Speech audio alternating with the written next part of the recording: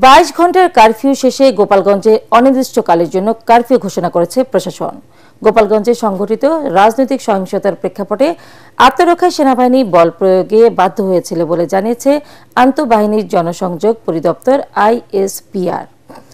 এদিকে বুধবার কারফিউ ঘোষণার পর থেকেই শহরের পরিস্থিতি এখনো থমথমে। এ পর্যন্ত 20 জনকে আটক করেছে পুলিশ। ঢাকা বিভাগীয় কমিশনার জানিয়েছেন, গোপালগঞ্জে এনসিপির পদযাত্রা ঘিরে হামলার বিষয়ে তাদের কাছে কোনো গোয়েন্দা তথ্য ছিল না। গোপালগঞ্জ প্রতিনিধি হাসান মাহমুদের পাঠানো তথ্য ও ছবি নিয়ে বিস্তারিত জানাচ্ছেন আশিকুর রহমান। বুধবার এনসিপির সমাবেশকে ঘিরে নিষিদ্ধ আওয়ামী লীগ ও ছাত্রলীগের দফায় দফায় হামলা, সংঘর্ষ এবং অগ্নিসংযোগ রণক্ষেত্রে পরিণত হওয়া গোটা জেলা এদিন একেবারেই শান্ত, তবে পরিস্থিতি থমথমে। বুধবারের রক্তাক্ত সংঘর্ষের মুখে আইন শৃঙ্খলা পরিস্থিতি নিয়ন্ত্রণে জারি করা হয় কারফিউ। প্রথম দফায় বৃহস্পতিবার সন্ধ্যা 6টা থেকে কারফিউ জারি করা হলেও আবার নতুন করে পরবর্তী ঘোষণা না দেওয়া পর্যন্ত তা বহাল থাকবে বলে জানিয়েছে প্রশাসন। যে পরিস্থিতিটির উদ্ভব হয়েছিল এটি সম্পূর্ণ এখন আমাদের নিয়ন্ত্রণে আছে এবং সার্বিকভাবে যাতে আর পরিস্থিতির অবনতি না ঘটে এই জন্য আমরা যে কারফিউটা ছিল সেটা আমরা কন্টিনিউ করার সিদ্ধান্ত নেওয়া হয়েছে এবং আগামীকালকে দুপুর 12টা পর্যন্ত সেই কারফিউ বলবৎ থাকবে এবং 2 ঘন্টা বিরতি দিয়ে আবার সেটা পুনরাদেশ না দেওয়া পর্যন্ত সেটা চলমান থাকবে। আগামীকালকে হয়তো পরিস্থিতি আবার পর্যালোচনা করে যদি পরিস্থিতির উন্নতি লক্ষ্য করা যায় তখন হয়তো পরবর্তী সিদ্ধান্ত নেওয়া হবে। গোপালগঞ্জে সংঘটিত রাজনৈতিক সহিংসতার প্রেক্ষাপটে আত্মরক্ষার জন্য সেনাবাহিনী বল প্রয়োগে বাধ্য হয়েছে বলে জানিয়েছে আন্তঃবাহিনী জনসংযোগ পরিদপ্তর ISPR। এক সংবাদ বিজ্ঞপ্তিতে এ তথ্য জানায় সংস্থাটি। জনগণকে গুজব ও অপপ্রচারে বিভ্রান্ত না হয়ে ধৈর্য ধারণ এবং আইন শৃঙ্খলা রক্ষাকারী বাহিনীকে সহযোগিতার আহ্বান জানিয়েছে ISPR। এদিকে কারফিউ ঘোষণার পর থেকেই গোপালগঞ্জের মূল সড়ক একেবারেই শান্ত। কেবলমাত্র চলাচল করছে কারফিউয়ের আওতার বাইরে থাকা যানবাহন ও জরুরি সেবার গাড়ি।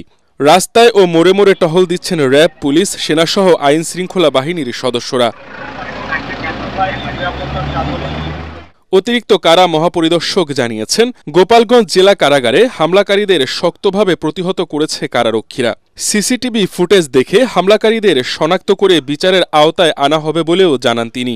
গতকালকে যেটা ছিল আমাদের কারারক্ষীরা যথেষ্ট সাহসিকতার সঙ্গে কাজ করেছেন, যার ফলে আমাদের মেইন যে ডিউটি অর্থাৎ প্রধান যে ডিউটি সেটা হচ্ছে আমাদের কারার ভেতরের যারা কনভিক্টেড আছেন, যারা হাজতি আছেন তাদেরকে সঠিকভাবে নিরাপদে রাখা এবং তাদেরকে সঠিকভাবে তালাবদ্ধ করে রাখা। এর আগে সকালে পৌরসভার কর্মীরা সড়কে পড়ে থাকা ইটপাটকেল, রাস্তায় পড়ে থাকা তরুণের বাস ও পোড়া ময়লা আবর্জনা অপসারণ করে।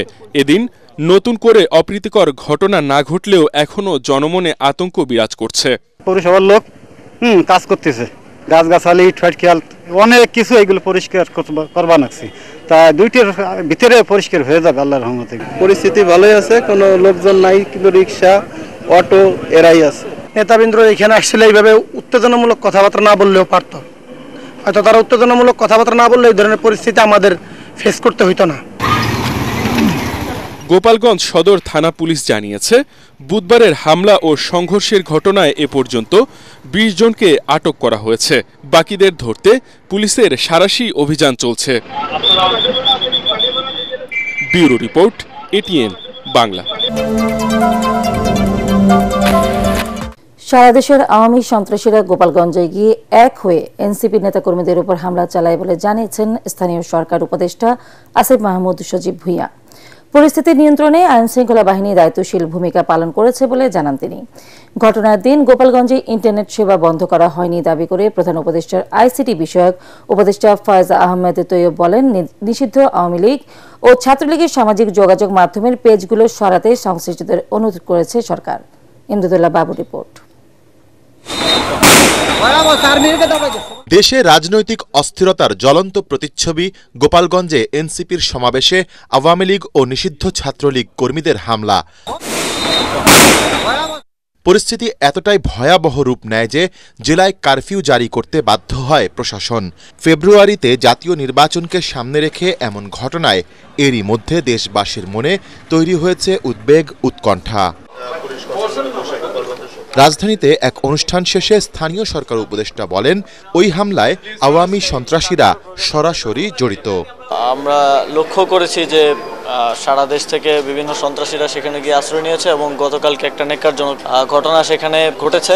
এটা আমরা কখনোই প্রত্যাশা করি না। আমরা চাই যে শান্তিপূর্ণভাবে, বাংলাদেশের মানুষ শান্তিপ্রিয়, শান্তিপূর্ণভাবেই সবকিছু রাজনৈতিক কার্যক্রমও চলবে, এটাই আমরা প্রত্যাশা করি। আইনশৃঙ্খলা রক্ষাকারী বাহিনী তো আমার মতে আমি যতটুকু দেখেছি ভালো ভূমিকা পালন করেছে এবং তারা সফলভাবে সেখান থেকে প্রত্যেককে ইভাকুয়েট করতে পেরেছে এবং আশা করছি আমাদের স্বরাষ্ট্র মন্ত্রণালয়ের লিডারশিপে যারা এই ঘটনাগুলো ঘটিয়েছে, অস্ত্রশস্ত্র সহ হামলা করেছে, তারা গ্রেফতার হবে।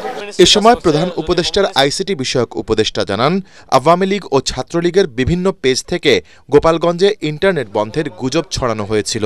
আমরা দেখাতে পারি কোনো ধরনের ইন্টারনেট বন্ধ কিংবা বিঘ্নের ঘটনা ঘটেনি। আমাদের সরকারের নীতিগত সিদ্ধান্ত হচ্ছে যে কোনো পরিস্থিতিতে আমরা ইন্টারনেট শাটডাউন করব না এবং ইন্টারনেট শাটডাউন আমাদের জুলাই স্পিরিটের বিরুদ্ধে যায়। আমরা নতুন আইন সংশোধনের কাজ করছি, সেখানে আমরা ইন্টারনেট যাতে বন্ধ না করা যায় তার সব ধরনের ব্যবস্থা রাখবো। বাংলাদেশের প্রজ্ঞাপন যেটা বলা হয়েছে যে এরা সন্ত্রাসী সংগঠন এবং এদের পেজগুলোকে টেক ডাউন করার ব্যাপারে জানানো হয়েছে, কিন্তু আমরা তাদের মতামতের রেসপন্সের অপেক্ষা করছি। এর আগে তরুণ উদ্যোক্তা, বিনিয়োগ নীতি ও পরিবেশ ব্যবস্থা শীর্ষক জাতীয় কর্মশালায় যুব ও ক্রীড়া উপদেষ্টা আসিফ মাহমুদ সজীব ভুইয়া জানান, নতুন উদ্যোক্তাদের জন্য যুব উন্নয়ন অধিদপ্তরের 2 লাখ টাকার ঋণের পরিমাণ বাড়িয়ে 5 লাখ টাকা করা হচ্ছে। ইমদাদুল্লাহ বাবু, ATN বাংলা, ঢাকা। অবিলম্বে হামলাকারী সন্ত্রাসীদের বিরুদ্ধে ব্যবস্থা না নিলে আবারও গোপালগঞ্জে মার্চ করবে এনসিপি। জুলাই পদযাত্রায় ফরিদপুরের পথসভায় জাতীয় নাগরিক পার্টি এনসিপির আহ্বায়ক নাহিদ ইসলাম এমন হুঁশিয়ারি দিয়ে বলেন, ফ্যাসিস্টরা গোপালগঞ্জকে তাদের আশ্রয়কেন্দ্র হিসেবে গড়ে তুলেছে। এই জেলার সাধারণ মানুষকে মুজিববাদ থেকে মুক্ত করার ঘোষণা দেন তিনি। পরে রাজবাড়ীতে পদযাত্রা করেন এনসিপি নেতাকর্মীরা। ফরিদপুর ও রাজবাড়ী প্রতিনিধির পাঠানো তথ্য ছবিতে আলোচনা আছেন মাজারুল হক মুহাজির। জুলাই পদযাত্রায় জাতীয় নাগরিক পার্টি এনসিপির যাত্রা ফরিদপুর। আগের দিন গোপালগঞ্জে আওয়ামী লীগ নেতাকর্মী সমর্থকদের দফায় দফায় হামলা সংঘর্ষের পর ফরিদপুর জুড়েও ছিল কড়া নিরাপত্তা।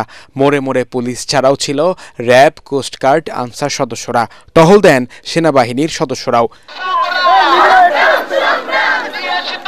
গোপালগঞ্জকে আওয়ামী লীগ মুক্ত করার তাগিদ দিয়ে দলটির নেতারা ফরিদপুরের পথসভায় বলেন, এই দেশে মুজিববাদী কোনো রাজনীতির জায়গা হবে না। পরে দলের আহ্বায়ক নাহিদ ইসলাম হুঁশিয়ারি দিয়ে বলেন, রিফাইন্ড আওয়ামী লীগের নতুন ভার্সন গোপালগঞ্জে দেখেছে সবাই, যা আর চলতে দেয়া হবে না।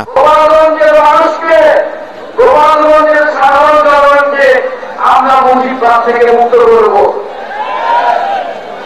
গোপালগঞ্জের সাধারণ মানুষের পাশে আমরা আছি।